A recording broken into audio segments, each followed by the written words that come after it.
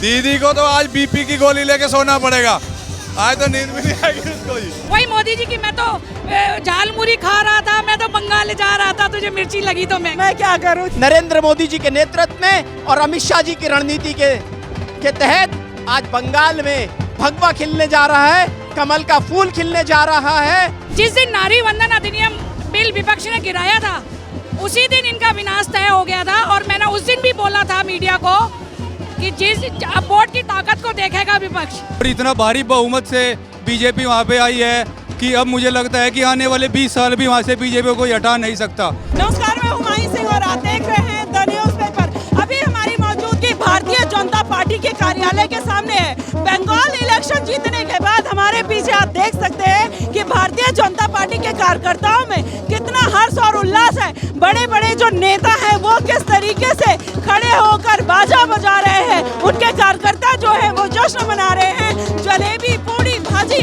बांटी जा रही है और दीदी रसगुल्ला बना के जो इंतजार कर रही थी, कहीं ना कहीं ये इंतजार कर रही थी कि इस बार बंगाल में टीएमसी की सरकार बनेगी, लेकिन कहीं ना कहीं उसमें वो पीछे जाती हुई नजर आई और दीदी को बड़ा झटका बंगाल में लगा। अब ऐसे में भारतीय जनता पार्टी वो जश्न मनाते हुए नजर आ रही है। और कैसा लग रहा है बजाने में? देखिए ये भी बजा रहे हैं, ये भी जश्न मना रहे हैं। मेरे माइक में आके बजा रहे हैं, तो ये हर्षोल्लास है। क्या कहेंगे, कैसा लग रहा है? एक ऐतिहासिक दिन है।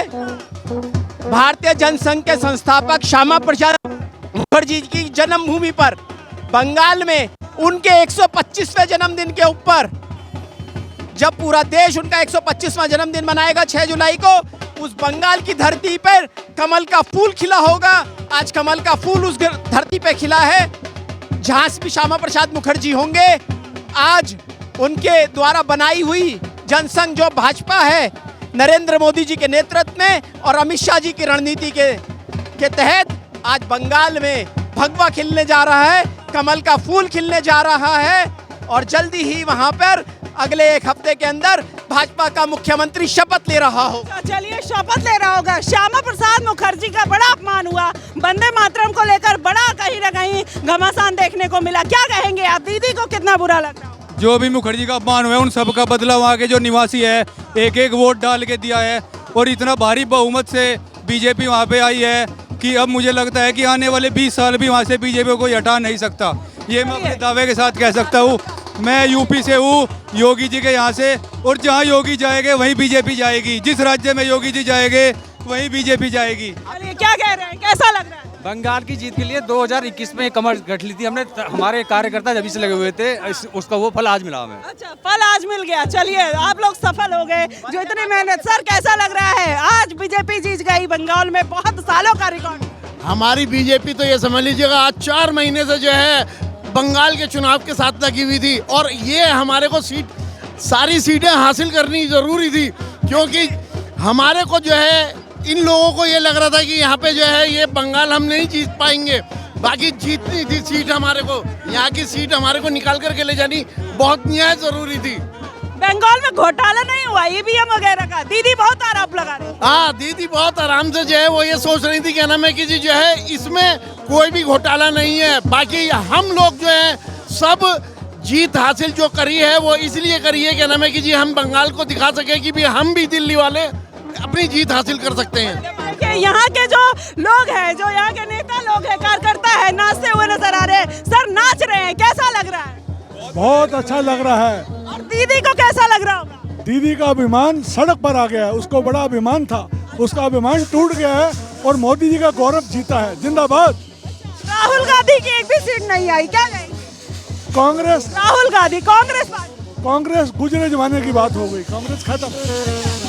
क्या कहना चाहेंगे? बहुत अच्छा लग रहा है जी, हमारे को बहुत अच्छा लग रहा है। अच्छा, दीदी को कैसा लग रहा होगा? क्योंकि जो उम्मीद उन्होंने की थी वो तो खरी नहीं उतर पाई। दीदी को तो आज बीपी की गोली लेके सोना पड़ेगा, आज तो नींद भी नहीं आएगी उसको ही। दीदी सोचते हैं कल कहीं बांग्लादेश में चली जाए। चलिए सर, क्या कहेंगे, कैसा लगा? बहुत अच्छा लग रहा है। आज पूरा देश भगवा में हो गया है। ये जीत जो है ये भ्रष्टाचार के विरुद्ध है, ये घुसपैठियों के मुंह में एक तमाचा है। चलिए, सबसे ज्यादा खुशी मुझे लग रहा है इन सबके बीच में इनको हो रही है। बहुत देर से ये मेहनत कर रहे हैं बेचारे बीजेपी के कार्यकर्ता, ज्यादा पूरा मेहनत ये कर रहे हैं। तो देखिए ये है भारतीय जनता पार्टी का कार्यालय जो पूरी तरीके से खचाखच भरा हुआ है। लोग लगातार जश्न मना रहे हैं और बंगाल में जो ऐतिहासिक जीत हुई, कहा यह जा रहा था बीजेपी जो है बंगाल कभी नहीं निकाल पाएगी, लेकिन बीजेपी ने बंगाल की सीट निकाल कर ये साबित कर दिया कि अब अगर धरातल पर मेहनत की जाए, शुभेंदु अधिकारी ने जो मेहनत की थी वो मेहनत कहीं ना कहीं सफल होती हुई नजर आई। अब ऐसे में देखना होगा कि बंगाल का मुख्यमंत्री कौन बनेगा, भारतीय जनता पार्टी किसको मुख्यमंत्री का जो ताज है वो पहनाती हुई नजर आएगी। चलिए कुछ महिलाएं हैं इनसे भी जान लेते हैं। मैम आज दीदी को कैसा लग रहा? आप लोगों को दिखाई देखिए, कहते प्रत्यक्ष को प्रमाण के आपको दिख ही रहा है कि सबके चेहरे कमल की तरह खिले हुए हैं। और वैसे भी एक हमें इंस्टीट्यूशन पहले ही आ गई थी जब 4 मई दीदी गई का नारा दिया था, और जिस दिन नारी वंदन अधिनियम बिल विपक्ष ने गिराया था उसी दिन इनका विनाश तय हो गया था। और मैंने उस दिन भी बोला था मीडिया को कि अब वोट की ताकत को देखेगा विपक्ष। अब आने वाले टाइम में अपने वोट की ताकत से जनता जवाब देगी। जिन्होंने महिलाओं के सशक्तिकरण को, महिलाओं के 33% आरक्षण को, बराबरी के हक को रोका है, उसका जवाब आने वाले। दीदी तो खुद एक महिला थी, महिला भी उनसे परेशान है, हिंदू भी उनसे परेशान है, जबकि वो ब्राह्मण थी। उसके बाद स्त्री को एक मातृत्व का पर्याय माना गया है, लेकिन ममता जी के मामले में बिल्कुल उल्टा था। ममता जी ने जिस वहाँ पर अराजकता फैला रखी थी, आक्रांता फैला रखी थी, लोग उनके राज में सुरक्षित नहीं थे, महिलाएं सेफ नहीं थी, जहाँ मर्जी जो मर्जी किसी को भी पीट के चला जाता था, मार के चला जाता था। मोदी जी ने, मैं वो जो डायलॉग है ना कि मैं हूँ ना, मोदी जी ने बंगाल की जनता को ये विश्वास दिलाया कि मैं हूँ ना, आप चिंता मत करो, बिंदास वोटिंग करो, मैं तुम्हारे साथ खड़ा हूँ। और बाकी काम उनका झालमुड़ी ना कर दिया। झालमुड़ी आप लेकर भी खड़ी है, देखिए महिलाएं झालमुड़ी लेकर खड़ी है। कहा यह गया कि ये सब एजेंडा था, प्रधानमंत्री ने पागल बनाया बंगाल की जनता को झालमुड़ी का झांसा देके। और मच्छी भात की बहुत चर्चा हुई थी इस बार बंगाल। देखिए बात सुनिए, ये जो अगर एजेंडा है, एजेंडा किसी के लिए रुका हुआ थोड़ी है, आप कर लेते। इतना दिल और दिमाग भी तो होना चाहिए ना, इतना डाउन टू अर्थ भी तो होना चाहिए ना कि मोदी जी जैसे प्रधानमंत्री एक साधारण तरीके से जाके उसके पास झालमुड़ी खा रहे हैं, उस कार्यकर्ता की खुशी देखने लायक थी। और ऐसे देश के लाखों करोड़ों लोगों को क्या संदेश जा रहा है आप देख ही रहे हैं। तो इसमें मिर्च लगने वाली क्या कहा है, वही मोदी जी की मैं तो झालमुड़ी खा रहा था, मैं तो बंगाल जा रहा था, तुझे मिर्ची लगी तो मैं क्या करूं। चलिए देखिए वाकई में दीदी को मिर्ची तो इस बार लग गई है और यही कारण है क्योंकि इस बार बंगाल का जो इलेक्शन है उनके हाथ से निकलता हुआ नजर आया। मैम क्या कहना चाहेंगे, दीदी अभी किस फीलिंग में होंगी और कैसा लग रहा होगा उनको?